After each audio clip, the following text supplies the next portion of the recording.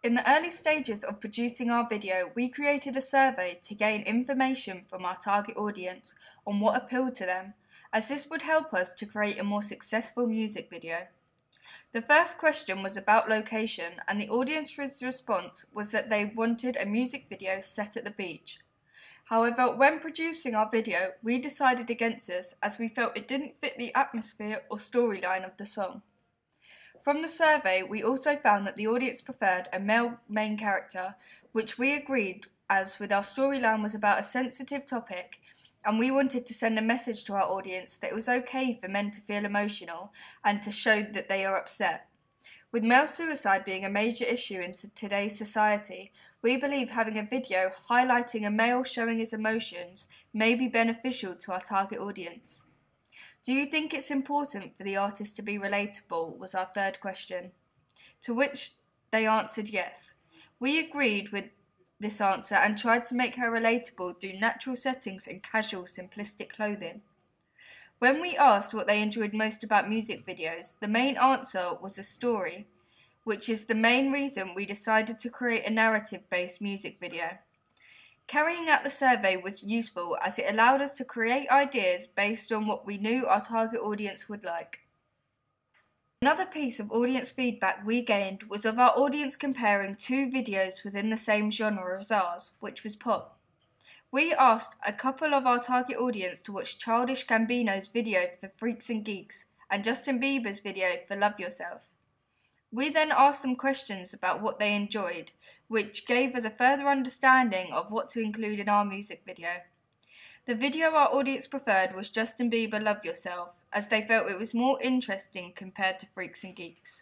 The video our audience preferred was Justin Bieber Love Yourself, as they felt it was more interesting compared to Freaks and Geeks. They said they liked the way the costumes weren't over the top and helped to create the identity of the character, and also that the video was simple so they were able to focus on the storyline and lyrics of the song rather than the aesthetics. They also liked how the music video suited the song's slow pace. When asked what they didn't like about either of the videos, most of the audience agreed that Childish Gambino's video was boring, and this was because it was taken all in one shot.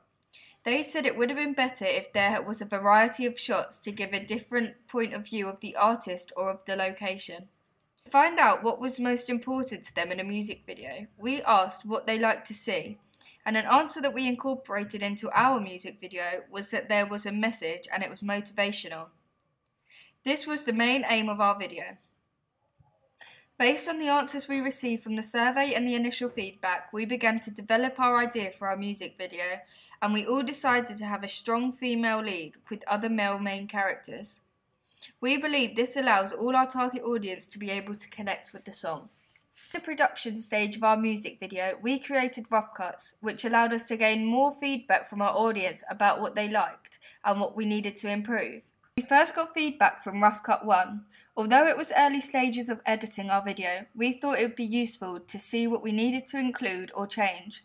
First we asked what they liked, and the most common answer was the locations, as it made it more realistic and natural. Based on this response, we used simplistic locations throughout the rest of the video. A negative response that most of the audience had was that the storyline wasn't clear enough. We took this on board by editing our shots in a different order so that the audience could understand it better. Out of all the questions we asked about Rough Cut 1, I believe the most important was if the audience felt they could relate to the artist or characters, as this was a major factor in ensuring the success of our video. They felt they could relate to our artist or characters through the way they dressed. By collecting the audience's thoughts during the early stages, it meant we were able to change the areas that needed improving to create a more appealing video. The next rough cut we got feedback for was number 5. At this stage we had gotten all of our shots and believed the music video was beginning to be more professional through the editing and that the storyline was becoming more clear. However, when we asked a sample of our peers, they disagreed and said they believed we needed more shots of the older characters as the narrative was inconsistent and confusing. To improve this, we went out and filmed more shots of the boys together and some of the boys alone to allow us to be able to represent the story more clearly.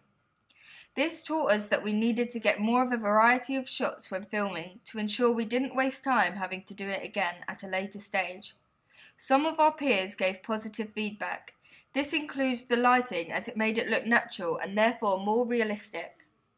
After editing our video further, we again asked for our audience's opinion on our rough cut night. They believed we had made major improvements in making our video more professional. However, the storyline still wasn't as clear as it could be, as they were unsure whether the boy was actually alive or dead. This again meant we had to go back and refilm some scenes.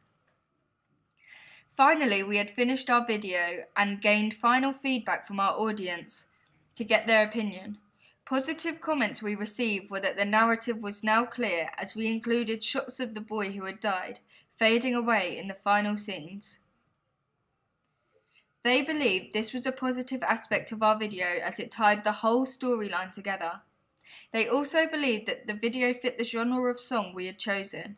This was a critical consideration following the feedback we received about the audience's review of Justin Bieber's video for Love Yourself, and meant it would make our video more successful. Another positive was the location of our shots. Based on our feedback from Rough Cut 1, we kept all the locations simple, such as in a park or plain wooded area. This meant that they could focus more on the lyrics and storyline, again similar to Justin Bieber's video. Some of our peers also commented that by having our artist in a snowy area made it seem magical, and therefore made the whole video come to life.